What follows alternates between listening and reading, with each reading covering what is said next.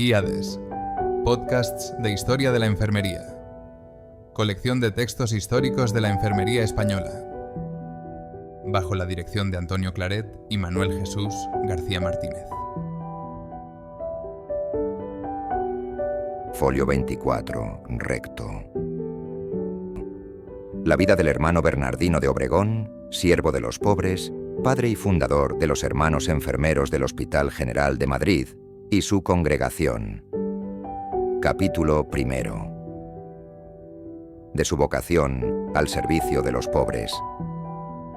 El hermano Bernardino de Obregón, siervo de los pobres, padre y fundador de los Hermanos Enfermeros que sirven a los pobres enfermos del Hospital General de Madrid y de toda su congregación, nació el año de 1540.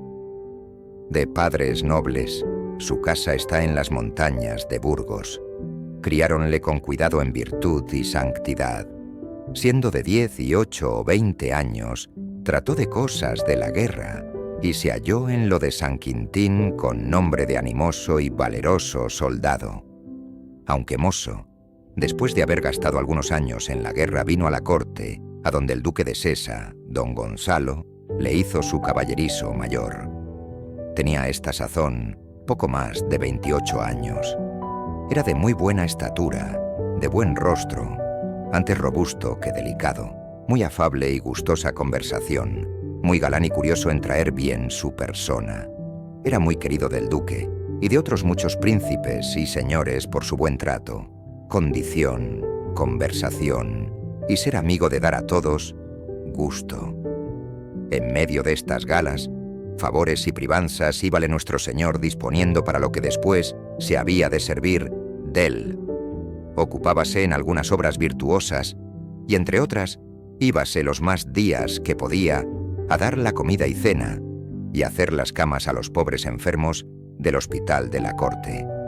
Pues un día, a los 30 años, poco más o menos de su florida edad, que fue de 1566, en la cual con sus buenas partes y favores que todos le hacían, podía ser y valer, llamó Dios nuestro Señor a la puerta de su corazón, y dióle una aldabada muy eficaz con que le dio a entender el peligro que tenían las cosas de este mundo y sus pretensiones, y que huyendo de ellas estaría más segura su salvación, consagrándose al servicio de sus pobres. No se hizo sordo el siervo a la vocación y voz interior de su Señor.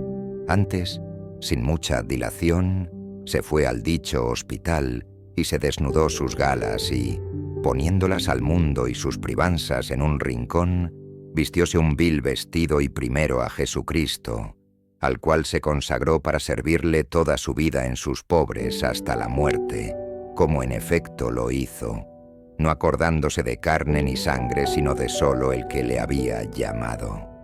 Luego que se supo su mudanza, vinieron al hospital a visitarle muchos caballeros, señores y amigos, y admirados de verle con un punto tan mudado y trocado el traxe, y servir a los pobres con tanto amor y caridad, y humillarse a hacer los oficios más bajos que los enfermos tienen menester con una suma alegría, alababan a Dios por la merced que le había hecho, y algunos de sus amigos, gente principal, le quisieron imitar, y se desnudaron sus galas y le siguieron, y tuvieron por compañero en la gracia a quien lo había sido con la vanidad.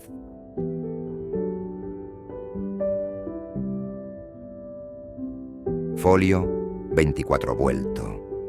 Una cosa hizo nuestro Señor con él al principio de su vocación prodigiosa, y, creo, diré mejor milagrosa, y fue deshacerle la condición que antes tenía, aunque buena, infundirle otra a medida de lo que tienen menester los pobres enfermos para su consuelo, afable, pacífica, amorosa y humilde, la cual conservó toda su vida y con ella murió. Noble era, soldado brioso, habrá sido cortesano y no como quiera, sino criado entre príncipes y señores, favorecido de ellos. Jamás se halló en él un resabio de lo que se suele pegar de estas cosas, sino que con una humildad y llaneza servía a los pobres como si no fuera nada. Al olor de sus virtudes y buen ejemplo, Acudían muchos caballeros a servir a los pobres y regalarlos y hacerles las camas con mucha devoción. Tenían algunos ratos de oración y tomaban de ordinario muchas disciplinas, que tanto como esto puede un buen ejemplo. Cada día crecía más el siervo de Dios en la caridad y cuidado de servir a los pobres, trayendo siempre en su alma escrito: lo que dixo Cristo nuestro Señor, que lo que hiciéremos por el menor de sus pobres, lo toma a su quenta, como si por él en persona se hiciera. Y con esta consideración, muchas y casi infinitas veces, tomaba a los pobres enfermos en brazos, o para curarlos, limpiarlos o hacerles las camas y, sin tener asco ni miedo que se les pegasen los tabardillos o dolores de costado, los abrazaba y bezaba, y juntaba a su pecho y corazón con un amor y devoción más que ordinaria, como venida y dada del cielo. Los júbilos, gustos y lágrimas de devoción que de contado le daba, ¿quién lo sabrá decir? En estos ejercicios santos gastó poco más de 12 años, con grandísimo ejemplo y aceptación de toda la corte, que por nuestros pecados eran más frecuentados los hospitales y regalados los pobres enfermos que no ahora. Había echado de ver y experimentado en este tiempo el gran desconsuelo y desamparo que padecían los pobres enfermos en no haber en toda Madrid hospital de convalescientes, y el gran daño que de aquí resultaba, porque, como había muchos enfermos y pocos hospitales, era forzoso, en purgándolos, despedir unos para recibir otros de mayor necesidad, y por el poco regalo que tenían salidos del hospital, venían a recaer y, de ordinario, a morir.